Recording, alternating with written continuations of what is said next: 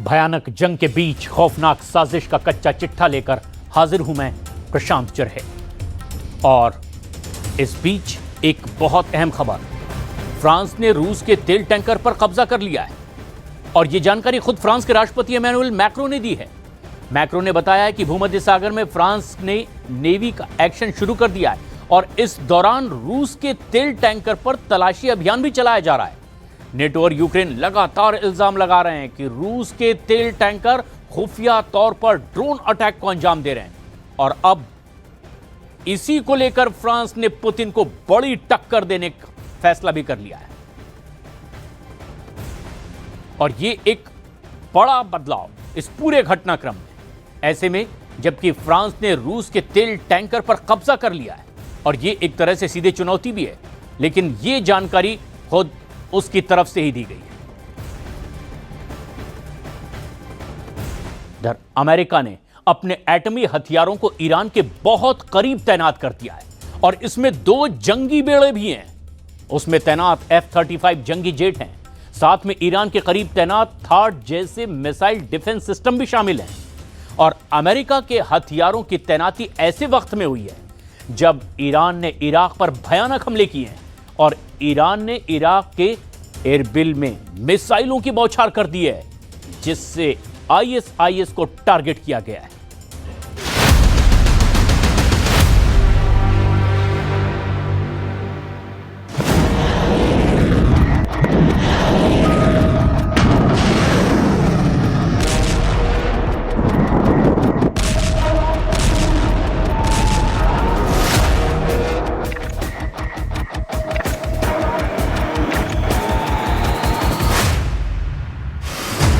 Iran का तहलका, operation Erbil.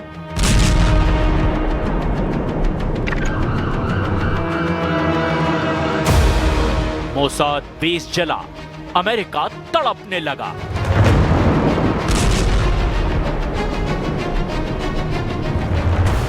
Trump के पार्टनर को फोड़ने लगे जनरल शेखरजी।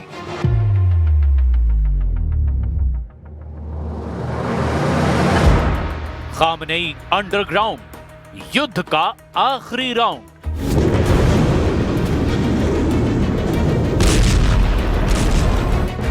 ताबड़तोड़ बम धमाका, आसमान तक आग, काला खौफनाक धुआं। धमाके के बाद सिर्फ और सिर्फ तबाही। यह है इजराइल का लेटेस्ट हमला।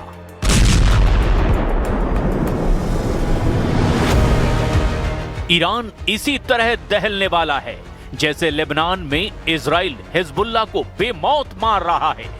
इजराइल उससे भयानक मौत ईरान के जनरलों को देने जा रहा है। इजराइल डिफेंस फोर्स ने ऐलान किया है कि अमेरिका हमले में देरी करता है तो फिर ईरान पर नेतन्याहू के जंगी जेटों से बमबारी शुरू होगी।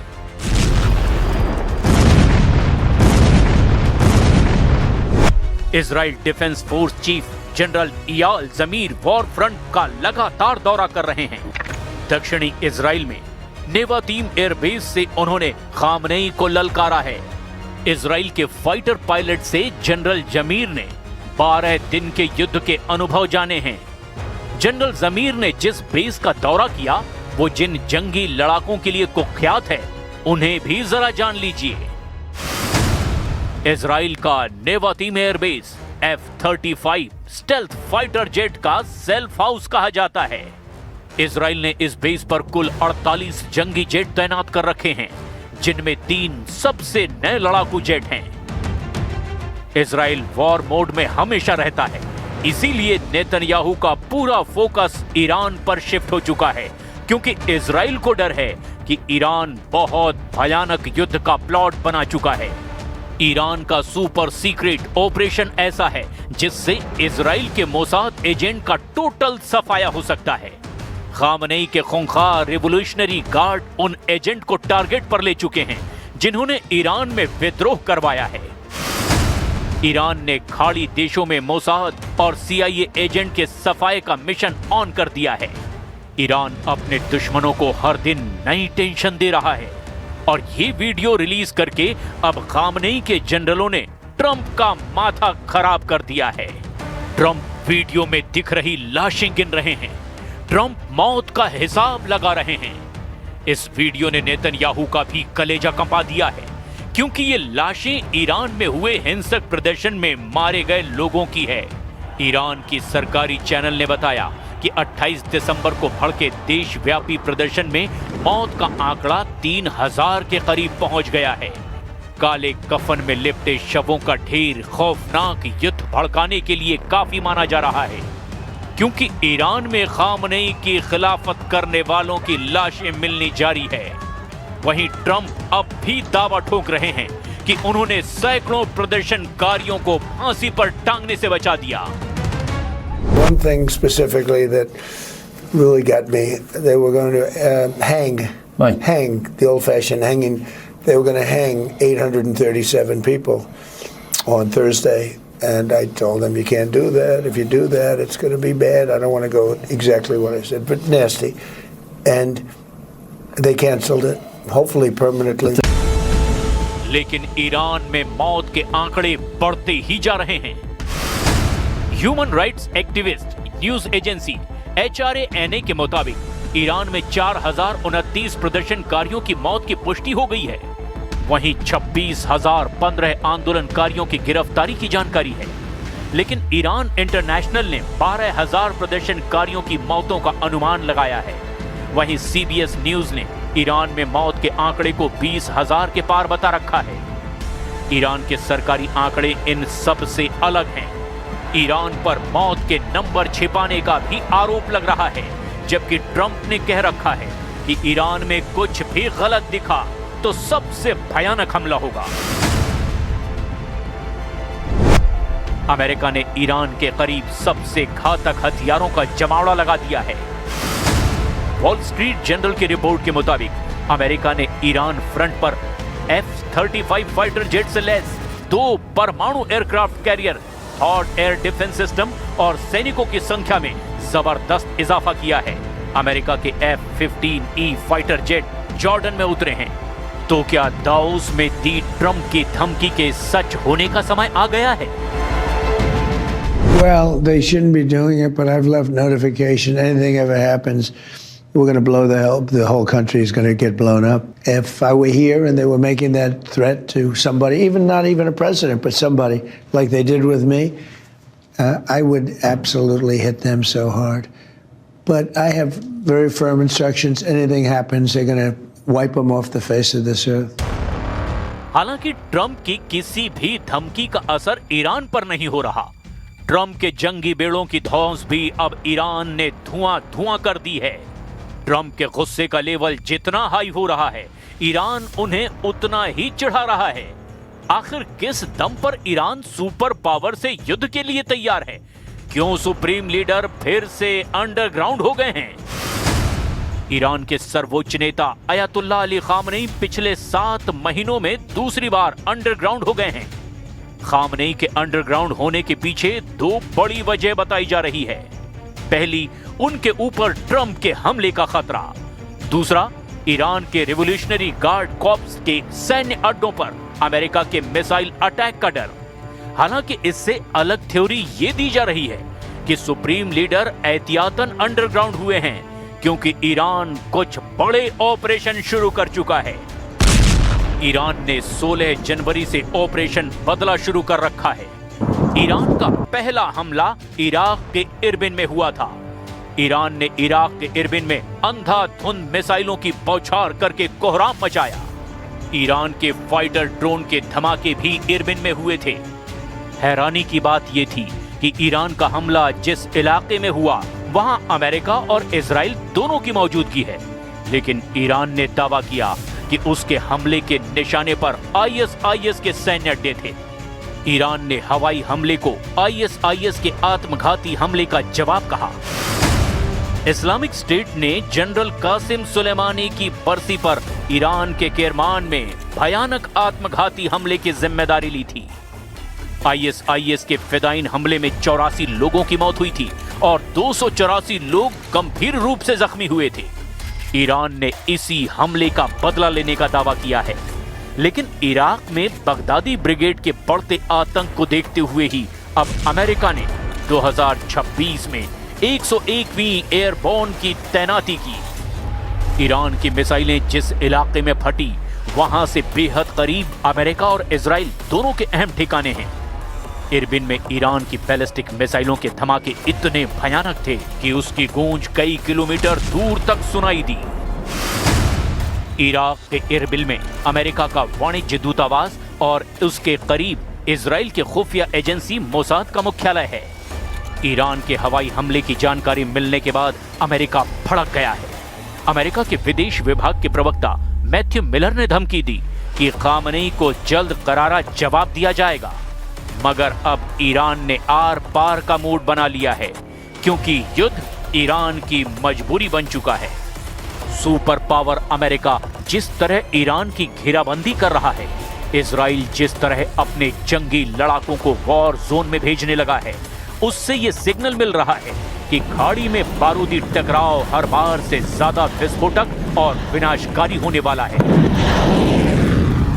क्योंकि ईरान इस बार अकेला नहीं, ईरान के साथ पुतिन की पावर है। प्रेसिडेंट पुतिन ने ट्रंप के बार बार रोकने के बाद भी ईरान से कारोबार जारी रखने का ऐलान किया है। रूस के विदेश मंत्री सर्गेई लावरोव ने साफ कहा कि ईरान और रूस का दोस्ताना चट्टान जैसा मजबूत है। Ну, мы же торгуем-то с вами, вы и мы.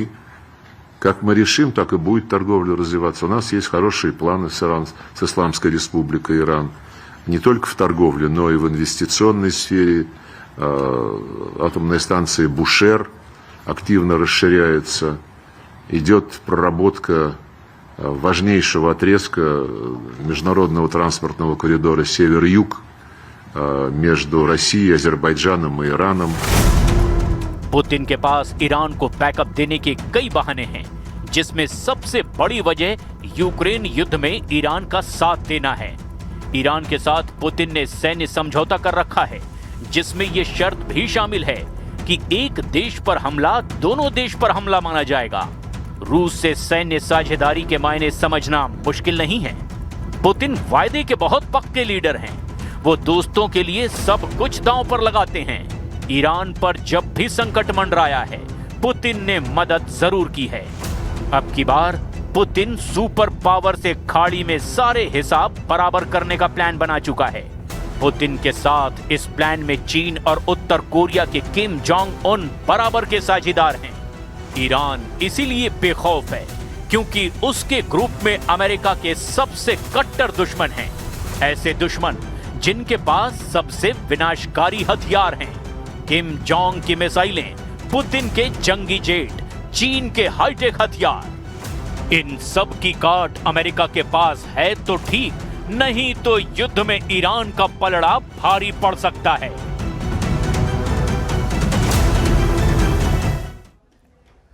डोनाल्ड ट्रंप को ग्रीनलैंड चाहिए, लेकिन अमेरिका अलास्का कैसे बचाएगा? रूस के राष्ट्रपति पुतिन ने अलास्का पर ऐसा हंटर चलाया कि ट्रंप अब ग्रीनलैंड पर बैकफुट पर नजर आ रहे हैं। पुतिन ने ट्रंप को बता दिया कि अमेरिका ने अलास्का की बहुत कम कीमत चुकाई थी। अब ऐसे में सवाल यह है कि क्या कब्जा किंग के खिलाफ पुतिन का नया युद्ध शुरू होने वाला है?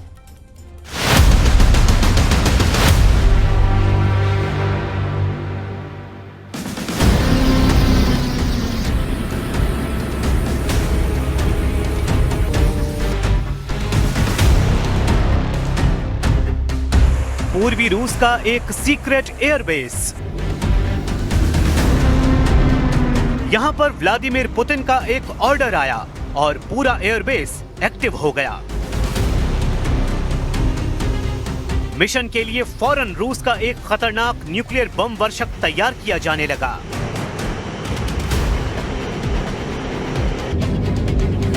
यह पुतिन का बहुत ही पावरफुल शो है जो दुनिया में बहुत से देशों की धड़कन बढ़ाने वाला है। पुतिन का परमाणु हमले का लॉन्चिंग पैड एक्टिव हो गया है।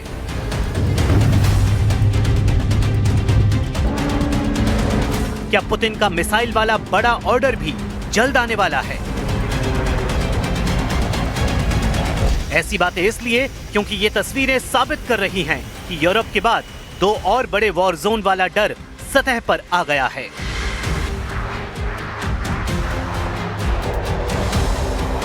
पुतिन ने यूरोप के बाद एशिया पैसिफिक क्षेत्र में भी अपने परमाणु बम वर्षक का इस्तेमाल शुरू कर दिया है।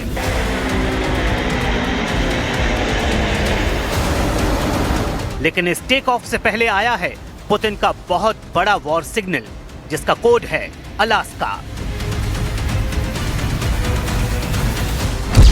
पुतिन ने ग्रीनलैंड के बहाने अलास्का को लेकर डोनाल्ड ट्रंप को बहुत बड़ी वार्निंग जारी कर दी है। पुतिन ने एहसास दिला दिया है कि अलास्का डील फिर से विवादों में आ सकती है, क्योंकि अलास्का को रूस से बहुत सस्ते में खरीदा गया था। क्या अलास्का में ट्रंप की ग्रीनलैंड वाली धमकी दोहरा सकते हैं पुतिन? Если сравнить это со стоимостью приобретения Соединенными Штатами Аляски, то цена за Гренландию была бы, где-то там 200-250 миллионов долларов. Если сравнивать с тогдашними ценами на золото, эта цифра была бы больше, наверное, к миллиарду. Но я думаю, что Соединенные Штаты потянут и эту цифру. А главное, что у Дании и Соединенных Штатов тоже есть. क्या ग्रीनलैंड में टूट जाएगा नेटो? और क्या इसी को राइट टाइम मानकर पुतिन ने चल दिया है अलास्का दांव? जब ग्रीनलैंड के मुद्दे पर डोनाल्ड ट्रंप हावी हैं, यूरोप पर जहर बुझे हुए हमले कर रहे हैं, ऐसे मौके पर पुतिन ने सबको चौंका दिया है। उन्होंने कह दिया है कि रूस का ग्रीनलैंड के मसले से कोई लेना देना नहीं, लेकिन साथ में अलास्का का नाम लेकर पुतिन ने ऐसा खामोश बम फोड़ दिया है जो डोनाल्ड ट्रंप और पूरे अमेरिका को बेचैन कर रहा है। पुतिन ने ग्रीनलैंड के बहाने अलास्का का जिक्र किया है। उन्होंने अमेरिका को याद दिला दिया है कि अलास्का कभी रूस का हिस्सा था और अमेरिका ने उसे खरीदा था। सवाल है कि क्या पुतिन अलास्का के ऊपर वही रुख अपनाने जा रहे हैं जो ट्रंप ने ग्रीनलैंड को लेकर अपनाया है? क्या अलास्का के आसपास रूस की बॉम्बर वाली उड़ान पुतिन के मिशन अलास्का की शुरुआत कही जा सकती है? 2026 में पुतिन का अलास्का को लेकर बयान बहुत बड़े टकराव की शुरुआत माना जा रहा है।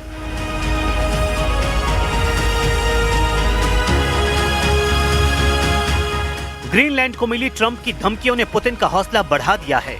ये बात यूरोप भी मान रहा है। Haría a Putin el hombre más feliz del mundo. Sería el hombre más feliz del mundo. ¿Por qué? Uno, porque de alguna manera legitima su invasión y su acción unilateral y cuestionamiento de la integridad territorial de Ucrania. Y dos, porque mucho me temo que si se produjera esa invasión de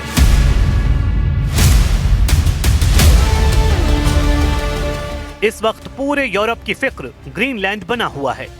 Switzerland के Davos में world economic forum की meeting में Greenland का मुद्दा ऐसा बम बनकर उभरा है जिसके धमाके में वर्ल्ड वॉर का खतरा भी नजर आ रहा है। ट्रंप ने फिलहाल साफ कर दिया है कि वो ग्रीनलैंड हड़पने के लिए सेना का इस्तेमाल नहीं करेंगे, लेकिन दूसरा सच ये भी है कि उन्होंने ग्रीनलैंड पर कब्जे का प्लान रद्द नहीं किया है। prompted you to take military off the table for Greenland? Thank you, President. Thank you, President. Well, we'll see what happens. The military's not on the table. I don't think it'll be necessary. I really don't. Okay. I think people are going to use better judgment.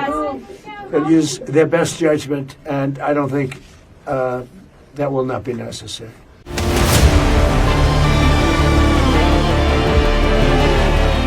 Trump भले ही भोले और मासूम बनने की कोशिश कर रहे हैं, लेकिन ट्रंप ने इस महीने के दौरान ग्रीनलैंड को लेकर इतने बयान दिए हैं कि उन पर यकीन कर पाना मुश्किल है।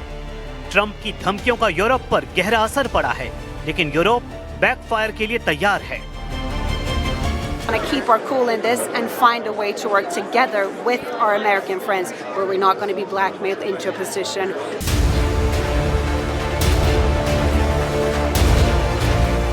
दावोस मीटिंग से पहले ग्रीनलैंड को लेकर ऐसा बवाल मचा कि इसकी चिंगारी फुलझड़ियां बनकर मॉस्को तक जा पहुंची हैं। पुतिन जानते हैं कि ये एक सुनहरा मौका है। उन्होंने जरा भी वक्त जाया नहीं किया। पुतिन ने बता दिया कि ग्रीनलैंड से उनका कोई लेना देना नहीं, लेकिन ग्रीनलैंड को लेकर यूरोप और खासकर नेटो का जो रवैया रहा है वो कब्जा करने वाली ताकत का रहा है।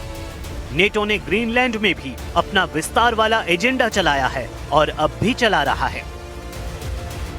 Я всегда относилась к Гренландии как к колонии и довольно жестко, если не сказать жестоко, к ней относилась. Но это уже дело другого порядка, вряд ли сейчас это кого-то интересует. Но нас точно это не касается.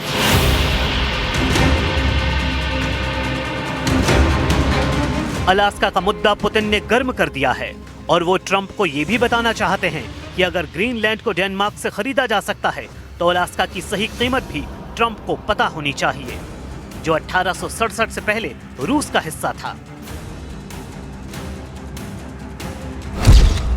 रूस ने 1867 में अलास्का अमेरिका को बेच दिया था। तब अलास्का की 17,17,000 वर्ग किलोमीटर जमीन के लिए ये डील $72 लाख में हुई थी, यानी आज भारत की करेंसी के हिसाब से 658 करोड़ रुपए। पुतिन का दावा है कि आज के दौर में यह कीमत $1,500 लाख से ज्यादा होगी, यानी करीब 1,500 करोड़ रुपए। पुतिन ने इसकी तुलना आज के ग्रीनलैंड से की है। पुतिन ने कहा कि ग्रीनलैंड की जमीन 21,66,000 वर्ग किलोमीटर है, इसलिए अलास्का वाले फॉर्मूले से अगर अमेरिका इसे खरीदता है तो पूरे ग्रीनलैंड की कीमत $2,500 लाख के आसपास होगी, यानी आज की भारतीय करेंसी के हिसाब से 2,282 करोड़ रुपए। पुतिन ने यह फॉर्मूला देकर बता दिया है कि अमेरिका ने अलास्का को बहुत सस्ते में खरीद लिया। 1867 में रूस ने इसलिए अलास्का अमेरिका को बेचा था क्योंकि उसे डर था कि भविष्य में ब्रिटेन अलास्का पर कब्जा कर सकता है। जब अलास्का रूस के पावर सेंटर से दूर था और अलास्का को कंट्रोल करना रूस के लिए ऐसे वक्त में महंगा साबित हो रहा था, तब उसकी आर्थिक हालत ठीक नहीं थी, जबकि अमेरिका अपने क्षेत्र का विस्तार करना चाहता था और उसे अलास्का में प्राकृतिक संसाधन भी नजर आ रहे थे।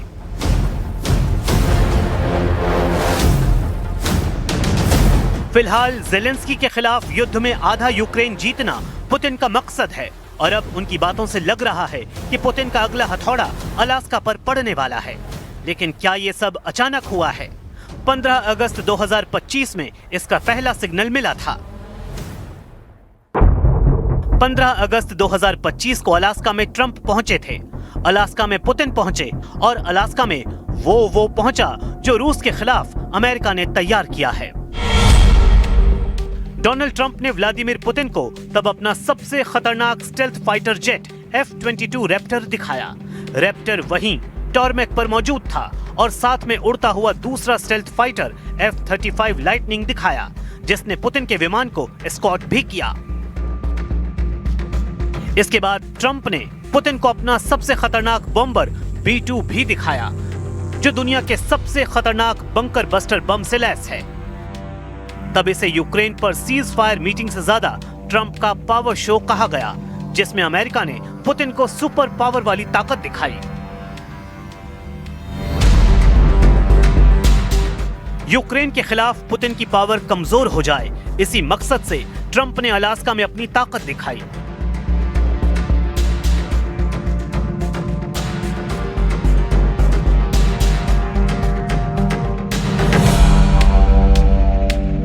ये तस्वीरें गजब की रही। सबसे पहले डोनाल्ड ट्रंप का विमान आया। नीले रंग के इस विमान को एयरफोर्स 1 कहते हैं। फिर आया पुतिन का विमान। सफेद रंग के इस विमान को रूस में कमांड पोस्ट भी कहा जाता है। फिर 4 F-22 रैप्टर विमानों के करीब आकर रुका ट्रंप का एयरफोर्स 1। दूसरी तरफ पुतिन की कमांड पोस्ट बना IL-96 भी पहुंचा। अलास्का के हवाई अड्डे पर 2 शानदार और उड़ते हुए किले के रूप में मशहूर विमान पहुंच चुके थे। ट्रंप एयरफोर्स 1 से उतरे और पुतिन अपनी कमांड पोस्ट से बाहर आए। अलास्का के एयरफोर्स बेस पर यह तस्वीरें इतिहास के पन्नों और विजुअल लाइब्रेरी में दर्ज हो गईं, लेकिन इसका असर अब नजर आ रहा है। डोनाल्ड ट्रंप पुतिन के इंतजार में रेड कारपेट पर खड़े रहे, फिर पुतिन ने जल्दी से आगे आकर हाथ बढ़ाया।